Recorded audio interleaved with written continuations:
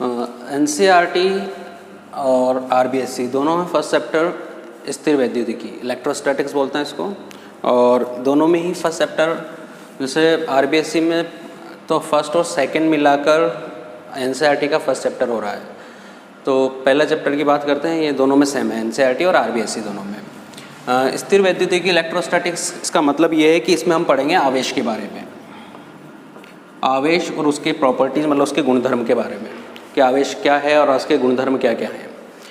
तो मेन जो पूरा फोकस रहेगा इस चैप्टर में वो आवेश के ऊपर रहेगा। अब आवेश में भी स्थिर वैद्युतिकी के अंदर ये है कि इसमें जो आवेश रहेगा वो एक स्थिर आवेश रहेगा। आवेश स्थिर भी हो सकता है, गतिशील भी हो सकता है। तो स्टार्टिंग के जो चैप्टर्स हैं उसमें आवेश रहेगा स्थिर, स्थिर आवेश और उसके जो गुण हैं वो स्थिर वैद्युतिकी के अंदर पढ़ा जाएगा। आवेश के अलग अलग गुण हैं, अगर आवेश स्थिर है तो उसके गुण अलग हैं, और अगर वो गतिशील है तो उसके गुण अलग है। गतिशील आवेश के गुण के बारे में भी पढ़ेंगे अपन, वो उसके नेक्स्ट चैप्टर में आएगा। तो गतिशील आवेश और स्थिर आवेश, इन्हीं के बारे में अपने स्टार्टिंग के कुछ चैप्टर्स हैं। तो पहले अपना स्टार्ट करते हैं आवेश से, क्योंकि सब कुछ आवेश के ऊपर डिपेंड है अपना। तो आवेश के बारे में अगर हम बात करें तो आवेश के रूप में आप दो नाम पहचानते हो, एक नाम तो है प्रोटॉन और एक नाम है इलेक्ट्रॉन। आवेश के बारे में जो आप पहले से जानते हो वो ये है कि आप दो नाम पहले से जानते हो, एक तो प्रोटॉन और एक इलेक्ट्रॉन। प्रोटॉन धनावेश होता है और इलेक्ट्रॉन होता है ऋणावेश। प्रोटॉन पे धनावेश होता है 1.6 × 10⁻⁻19 कूलम। इलेक्ट्रॉन पे भी इतना ही होता है 1.6 × 10⁻⁻19 कूलम। लेकिन यहाँ पर नेगेटिव आएगा, मतलब परिमाण में दोनों समान है, मात्रा इसकी जितनी है उतनी इसकी भी है, लेकिन इस पर धनावेश और इस पर ऋणावेश, मतलब कुल मिलाकर प्रोटॉन और इलेक्ट्रॉन दोनों पे जो आवेश होता है वो बराबर होता है। बस एक पे धनावेश होता है, एक पे ऋणावेश होता है। अब किसी भी वस्तु पर आवेश आता कैसे है या आवेश को परिभाषित कैसे करें, ये सारी बातें भी है। तो किसी भी वस्तु पर आवेश की अगर हम बात करें तो इससे पहले आपने एक कॉन्सेप्ट जो आपने सुना होगा वो ये है कि किसी भी परमाणु के अंदर प्रोटॉन और इलेक्ट्रॉन की संख्या बराबर होती है। अगर किसी परमाणु में प्रोटॉन 20 है और इलेक्ट्रॉन 20 हैं तो ये परमाणु जो है विद्युत उदासीन रहेगा। उदासीन कैसे है कि जितना इस पे धन आवेश है उतना इस पे ऋण आवेश है, तो जितने प्रोटॉन उतना इलेक्ट्रॉन। केमिस्ट्री में भी यही बात बोली जाती है कि परमाणु विद्युत उदासीन होता है। इसका मतलब यही कि जितना प्रोटॉन है उतना इलेक्ट्रॉन है, जितना धनावेश है उतना ऋणावेश है। अब अगर मान लो मैं किसी तरीके से प्रोटॉन की संख्या को 20 की जगह 22 कर दूं और इलेक्ट्रॉन को 20 ही रहने दूं, इलेक्ट्रॉन जितने हैं उतने ही है, लेकिन प्रोटॉन 20 की जगह मैंने 22 कर दिए, इसका मतलब 2 प्रोटॉन मैंने बढ़ा दिए। तो यहाँ अब धनावेश ज़्यादा हो गया, ऋणावेश कम रह गया। तो अब जो परमाणु है वो उदासीन ना रहकर वो धनावेशित हो जाएगा। धनावेशित क्यों होगा? क्योंकि उस पर प्रोटॉन ज़्यादा है, इलेक्ट्रॉन कम है। इसी बात को हम एक और अलग तरीके से देखते हैं कि अगर प्रोटॉन मान लो 20 की 20 ही है, प्रोटॉन यहाँ 20 के 20 ही है, और जो इलेक्ट्रॉन है वो 20 की जगह मैंने कर दिया 18, मतलब 2 इलेक्ट्रॉन परमाणु में से निकाल लिए।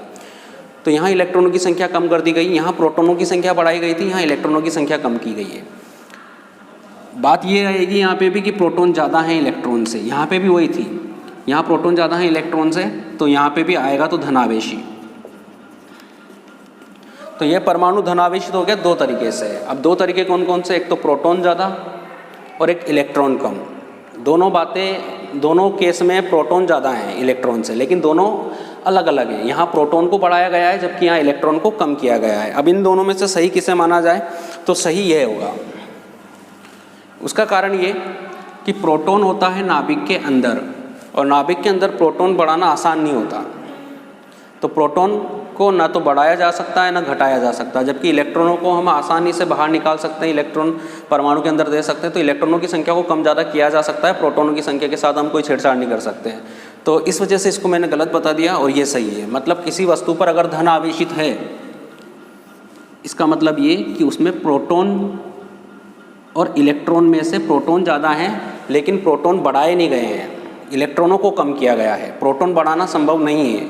हमेशा किसी वस्तु पर अगर धनावेश रहेगा इसका मतलब कि उसमें से इलेक्ट्रॉन निकाले गए हैं। ये काफ़ी लंबा चलेगा इसी फिजिक्स के अंदर कि अगर किसी वस्तु पे धनावेश है तो उसका मतलब हम ये नहीं सोचेंगे कि उसमें प्रोटॉन बढ़ा दिया हमने, उसका मतलब यही होगा कि उसमें से इलेक्ट्रॉन हमने निकाल लिए। तो किसी भी वस्तु, जैसे मान लो अगर ये पेन ही है, मैं इसको बोलूँ कि ये धनावेशित है, तो इसका मतलब कि इसमें प्रोटॉन नहीं बढ़ा है, इसमें से इलेक्ट्रॉन निकाले गए हैं। तो धनावेश का मतलब होता है इलेक्ट्रॉनों को निकाल लेना, इलेक्ट्रॉन कम कर देना। इलेक्ट्रॉन कम मतलब धनावेश। इसी को एक और तरीके से समझते हैं अपन, जैसे मान लो कि प्रोटॉन 20 के 20 ही है, लेकिन मैंने इलेक्ट्रॉन 22 कर दिए, इलेक्ट्रॉन बढ़ा है यहाँ पे। तो ये वस्तु पे अब इलेक्ट्रॉन ज़्यादा हो गए, प्रोटॉन कम है, तो यहाँ पे आएगा ऋणावेश। और मान लेते हैं कि प्रोटॉन इलेक्ट्रॉन 20 ही है, लेकिन मैंने प्रोटॉन 2 कम कर दिए, 18 कर दिए, वापस इलेक्ट्रॉन ही ज़्यादा है, तो आएगा तो वापस ऋणावेश ही। तो 2 केस में ऋणावेश आ रहा है, एक तो जब इलेक्ट्रॉन बढ़ाए तब, और एक जब इलेक्ट्रॉन घटाए तब, प्रोटॉन घटाए तब। तो ऋणावेश 2 तरीके से आ सकता है, इलेक्ट्रॉनों की संख्या को बढ़ा के और प्रोटॉनों की संख्या को घटा के। लेकिन वापस वही बात कि प्रोटॉनों की संख्या को घटाया नहीं जा सकता, नाभिक के अंदर है प्रोटॉन, आप इलेक्ट्रॉनों की संख्या को आसानी से बढ़ा सकते हैं। तो इसका मतलब कि अगर किसी वस्तु पे ऋण आवेश है, इसका मतलब उसमें इलेक्ट्रॉनों की संख्या ज़्यादा है। तो यहाँ से हम आवेश की जब बात कर रहे थे तो 2 आवेश निकल के आए, एक तो धनावेश और एक ऋणावेश। धनावेश का मतलब इलेक्ट्रॉनों की कमी और ऋणावेश का मतलब इलेक्ट्रॉनों की अधिकता। आवेश के बारे में यही हमें चलते रहना है कि धनावेश और ऋणावेश जब भी नाम आए तो आपको समझना होगा कि धनावेश का मतलब प्रोटॉन ज़्यादा नहीं, इलेक्ट्रॉन कम हुए हैं, मतलब किसी वस्तु में से इलेक्ट्रॉन निकाल लिए गए तो उस पर धनावेश आ गया। और कोई वस्तु अगर ऋणावेश है तो उसका मतलब उसके ऊपर इलेक्ट्रॉनों की अधिकता है। मान लो अगर मैं इस पेन को, ये उदासीन है, मैं इसको अगर इलेक्ट्रॉन दे देता हूँ तो ये ऋणावेशित हो जाएगा, और अगर इसमें से इलेक्ट्रॉन निकाल लेता हूँ तो ये धनावेशित हो जाएगा। तो ये आवेश के बारे में। दूसरा ये कि क्या 2 आवेश ही संभव है, धनावेश और ऋणावेश के, तीसरा कोई आवेश संभव है? तो इसके ऊपर अच्छी खासी स्टडी की गई और उसके बाद ये पता चला कि केवल 2 प्रकार के ही आवेश संभव है, या तो धनावेश और एक ऋणावेश। तीसरा कोई आवेश है नहीं। एक सिंपल सा प्रयोग होता है इसका, जिसमें एक वस्तु जो आवेशित है, जैसे मान लो कि धनावेशित है, इसके पास अलग अलग कई आवेशित वस्तु लाई गई, तो या तो वो आकर्षित हुई या वो प्रतिकर्षित हुई, मतलब 2 ही नेचर देखने को मिले, 2 ही तरह से वो या तो आकर्षित हुआ या फिर प्रतिकर्षित हुआ। तो इससे ये बात पता चलती है कि या तो वो धनावेश होगा या वो ऋणावेश होगा। धनावेश इससे दूर भागेगा, ऋणावेश इसके पास आएगा। तो प्रकृति में केवल 2 ही प्रकार के आवेश संभव है, एक धनावेश और एक ऋणावेश। और धनावेश का मतलब इलेक्ट्रॉनों की कमी और ऋणावेश का मतलब इलेक्ट्रॉनों की अधिकता। इसके बाद आवेश के कुछ गुणों के बारे में बात हम करें तो जो आवेश है एक अदिश राशि है, और मतलब इसमें आपको दिशा का ज्ञान देने की कोई ज़रूरत नहीं है, केवल परिमाण से काम चल जाएगा। तो आवेश एक अदिश राशि है। इसके अलावा आवेश का मात्रक कूलाम होता है, सी लिखते हैं इसके लिए। आवेश का मात्रक कूलाम होता है। आवेश की कुछ और भी मात्रक हैं, जैसे स्टेट कूलाम है, फेराडे है। फेराडे आवेश का सबसे बड़ा मात्रक है, स्टेट कूलाम आवेश का सबसे छोटा मात्रक है। कूलाम जो है वो एमकेएस पद्धति में है, सीजीएस पद्धति में कूलाम की जगह लिखते हैं स्टेट कूलाम, ESU बोलते हैं इसको। आवेश का मात्रक है सीजीएस पद्धति में। इसी का एक नाम और है फ्रैंकलिन।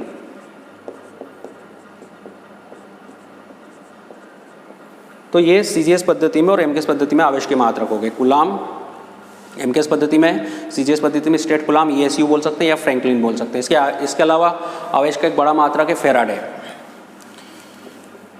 और एक फेराडे में होते हैं 96,495 कूलाम। तो आवेश का ये बड़ा मात्रक है। और सबसे छोटा मात्रक जो आवेश का है वो है स्टेट कूलाम या फ्रैंकलिन। ये भी पूछा जा सकता है एग्जाम में कि आवेश का सबसे बड़ा और सबसे छोटा मात्रक कौन है। तो आवेश का सबसे बड़ा मात्रक फेराडे, आवेश का सबसे छोटा मात्रक स्टेट कूलाम या फ्रैंकलिन, आप दोनों बोल सकते हो। इसके अलावा एक फेराडे में कितने कूलाम होते थे? एक फेराडे में 96,495 कूलाम होते हैं। एक कूलाम को हम परिभाषित भी कर सकते हैं। यहाँ पर अपन को एक सूत्र काम में लेना पड़ेगा, धारा का, और यहाँ से एक मात्रक और बनाएंगे हम। I इक्वल टू होता है Q/T, आवेश प्रवाह की दर विद्युत धारा कहलाती है। ये परिभाषा आपने 10th में ही पढ़ी होगी। तो I इक्वल टू Q/T, आवेश प्रवाह की दर विद्युत धारा कहलाती है। यहाँ से Q का अगर मैं सूत्र बनाऊँ तो सूत्र बनेगा IT। अब अगर मुझे कूलाम की परिभाषा बनानी है तो फिर मैं यहाँ पर I मतलब धारा को 1 एम्पियर ले लेता हूँ और समय को भी 1 सेकंड ले लेता हूँ, क्योंकि अगर मुझे Q का मान 1 लाना तो दोनों 1-1 लेना ज़्यादा सही रहेगा। तो Q का मान हो जाएगा 1 कूलाम, ये भी 1, ये भी 1, तो 1 गुणा 1 1 ही आएगा। तो आवेश का मान हो गया 1 कूलाम। अब यहाँ से हम 1 कूलाम को परिभाषित करेंगे। 1 कूलाम की परिभाषा देनी हमें, तो किसी चालक तार में यदि 1 एम्पेयर धारा का प्रवाह 1 सेकंड तक हो तो जो प्रवाहित आवेश है वो 1 कूलाम होगा। यहाँ मुझे प्रवाहित आवेश बोलना जरूरी है क्योंकि मैं धारा की बात कर रहा हूँ और धारा तभी बनेगी जब आवेश प्रवाहित हो। तो यदि किसी तार में, किसी चालक तार में 1 एम्पेयर धारा 1 सेकंड तक प्रवाहित हो तो उस तार में जो आवेश प्रवाहित हुआ है उसका जो मान होगा वो होगा 1 कूलाम। इसको मैं और भी तरीके से बोल सकता हूँ कि 1 कूलाम आवेश, जैसे इसको अगर धारा के रूप में बोला जाए तो 1 कूलाम आवेश अगर किसी तार में 1 सेकंड तक प्रवाहित हो तो धारा 1 एम्पेयर बनेगी। ये धारा वाले चैप्टर में जो अपना विद्युत धारा एक चैप्टर आएगा उसमें पढ़ेंगे भी सही, वहाँ पर हम इसके बारे में बात भी करेंगे। तो ये 1 कूलाम की परिभाषा हो गई। इसके अलावा आवेश के कुछ गुणधर्म और हैं, जैसे कि धारावाही चालक में कुल आवेश शून्य होता है। धारावाही चालक किसे बोलेंगे? एक चालक तार जिसमें धारा प्रवाहित कर रहे हैं हम, इसमें कुल आवेश शून्य होता है। सबसे पहली बात तो कि धारा बनने के पीछे कारण है आवेश का प्रवाह, कि आवेश इसमें गति करेगा तो इसमें धारा बनेगी। अब धारावाही चालक का मतलब तो ये हो गया कि एक चालक तार जिसमें धारा प्रवाहित हो रही है, इसमें जो टोटल आवेश है, कुल आवेश है, वो शून्य होगा। अब इसमें ये बात समझ में नहीं आती कि जब आवेश इसमें से प्रवाहित होकर जा रहा है तो टोटल आवेश शून्य कैसे हो सकता है।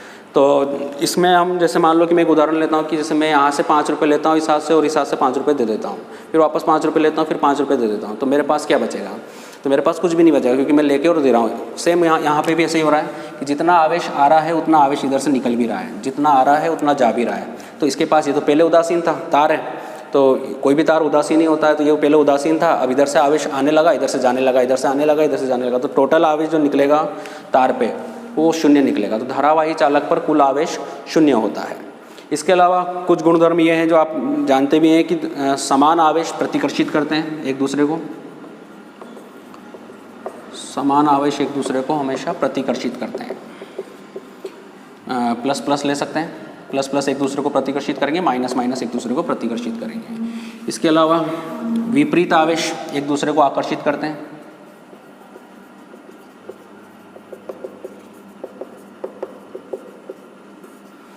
प्लस माइनस, माइनस प्लस, तो दो विपरीत आवेश एक दूसरे को आकर्षित करते हैं, दो समान आवेश एक दूसरे को प्रतिकर्षित करते हैं। तो ये कुछ गुणधर्म ये हो गए इसके आवेश के। आवेश का मात्रक हो गया, 1 कूलाम की परिभाषा हो गई। आवेश की परिभाषा की अगर हम बात करें तो आपने ध्यान दिया होगा यहाँ पर कि मैंने जो आवेश बताया है आपको उसमें प्रोटॉन का कोई रोल नहीं है। रोल किसका है? ओनली इलेक्ट्रॉन का। अगर इलेक्ट्रॉन ज़्यादा हो जाते हैं तो ऋण आवेश आ जाएगा, इलेक्ट्रॉन कम हो जाते हैं तो धन आवेश आ जाएगा। तो एक परिभाषा तो हम ये भी दे सकते हैं कि इलेक्ट्रॉनों का कम ज़्यादा होना ही आवेश है, क्योंकि इलेक्ट्रॉन कम ज़्यादा होने से आवेश आएगा। एक परिभाषा और है जिसमें हम यूँ बोलते हैं कि आवेश पदार्थ का वो गुण है जिसकी वजह से दो वस्तुएं या तो प्रतिकर्षित होती है या फिर आकर्षित होती है। अब जैसे दो उदासीन वस्तुएं तो ना तो ये प्रतिकर्षित होगी ना आकर्षित होगी, लेकिन अगर दोनों के पास आवेश है, एक पे दोनों पे मान लो प्लस है तो ये दोनों प्रतिकर्षित होगी, दोनों पे माइनस है तो भी प्रतिकर्षित होगी, और अगर एक पे प्लस एक पे माइनस है तो ये आकर्षित होगी। तो आवेश पदार्थ का वह गुण है जिसकी वजह से दो वस्तुएं या तो प्रतिकर्षित होती है या फिर वो आकर्षित होती है। तो ये आवेश की परिभाषा हो गई। तो कुल मिलाकर हमें स्टार्टिंग में से ही आवेश के ऊपर ज़्यादा डिपेंडेंसी रही है हमारी, और आवेश के बारे में हमने कुछ नॉर्मल बातें कर भी ली कि आवेश क्या होता है, कैसे वस्तु आवेशित होती है, कैसे उस पर धन आवेश आता है, कैसे उस पर ऋण आवेश आता है, आवेश की मात्रा क्या क्या है, आवेश के गुणधर्म क्या क्या हैं। आवेश के कुछ गुणों को द्रव्यमान से भी जोड़ा गया है कि जैसे द्रव्यमान और आवेश में क्या समानता है, तो दोनों ही अदिश राशियाँ हैं। दूसरा ये कि आवेश के बिना द्रव्यमान का अस्तित्व है, आवेश के बिना द्रव्यमान संभव है। जैसे अगर कोई वस्तु है ये उदासीन है तो अब इसके ऊपर आवेश तो जीरो है, पर क्या इसका द्रव्यमान जीरो होगा? तो इसका द्रव्यमान जीरो नहीं हो सकता। तो बिना आवेश के द्रव्यमान का अस्तित्व है, लेकिन बिना द्रव्यमान के आवेश का अस्तित्व नहीं है। ऐसी वस्तु जिसके पास द्रव्यमान ना हो, द्रव्यमान शून्य हो, लेकिन उसके पास आवेश हो, तो वो संभव नहीं है। बिना द्रव्यमान के आवेश का अस्तित्व नहीं है, लेकिन बिना आवेश के द्रव्यमान का अस्तित्व है। इसके अलावा द्रव्यमान और आवेश दोनों में एक बात और है कि आवेश चाल से प्रभावित नहीं है। आवेश अगर 1 कूलाम का है तो ये किसी भी वेग से गति करे ये 1 कूलाम ही रहेगा, लेकिन द्रव्यमान चाल से प्रभावित है। द्रव्यमान चाल से प्रभावित इस तरह से है, इसके लिए एक सूत्र लिखता हूँ मैं यहाँ पे, m बराबर m0 1 - v²/c²। यहाँ जो m0 है वो वस्तु का विराम द्रव्यमान है, मतलब जब वस्तु रुकी हुई अवस्था में है, विराम है, तब उसका जो भी द्रव्यमान होता है, जैसे अभी मैं रुका हुआ हूँ, मेरा जो भी द्रव्यमान है 50 किलो 60 किलो, वो विराम द्रव्यमान हो गया। अगर वस्तु गतिशील हो तो तो उसका द्रव्यमान बदल जाता है। अब यहाँ फिर एक कन्फ्यूजन आता है कि अगर वस्तु गतिशील हो तो उसका द्रव्यमान कहाँ बदलता है। हम भी अगर गतिशील होते हैं, हम बाइक चला रहे हैं मान लो, या कार में बैठे हैं, हम गतिशील हैं, दौड़ रहे हैं, तो क्या हमारा द्रव्यमान बदल जाएगा? तो हमारा द्रव्यमान नहीं बदलता। हम 60 किलो के हैं मान लें तो 60 किलो के ही रहेंगे। तो चाल से द्रव्यमान हमें प्रभावित नज़र नहीं आता। लेकिन यहाँ पर बताया गया है कि द्रव्यमान चाल से प्रभावित है, और इस सूत्र से हमें वो बताया भी गया है कि इस सूत्र के द्वारा वो प्रभावित होता है। तो यहाँ पर एक बात हमें जो है वो क्लियर करनी पड़ेगी कि चाल कितनी होनी चाहिए।